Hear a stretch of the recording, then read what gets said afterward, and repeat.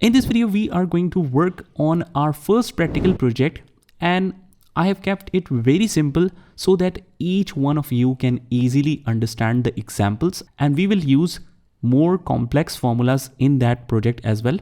But just a day-to-day example on how you can create the data, we will take an example of creating a mark sheet.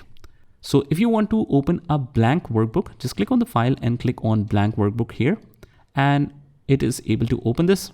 Let me just hide the cells so that our working area gets bigger. And as you already know the training pattern, we are going to see a couple of functions. We will see each one of them topic by topic. So first of all, let's insert the name of 5 subjects and 50 students.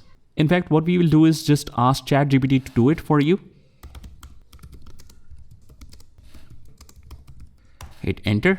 I just written generate the name of 5 subjects and 50 students. And here are the student names. Now, if we copy these subjects, we can easily do that because 1, 2 is not copied with that. Even if it is copied, we know how to resolve that. Click on copy, click paste here. But as we see that we have 2 problems when we copy and paste the data. One, there is spaces.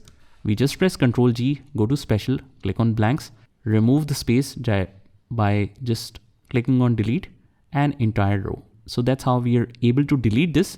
But now we want the subjects to appear in the columns and not in the rows. So what we want to do is we want to change the direction or transpose this. So just copy this and paste it anywhere. Let's say the data starts from here. So let's try it at this point, or let's get rid of this point because I just don't want to confuse you. I've copied all the data, but I now want to paste it not in rows, but in columns. So just right click here, click on paste special, and we want to transpose this. Click OK. And now you can see that we have the data in the columns.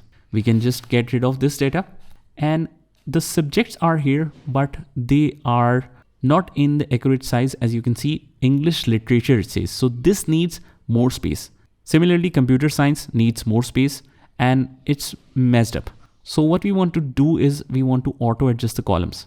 Just make the selection of all the columns and just go between any columns.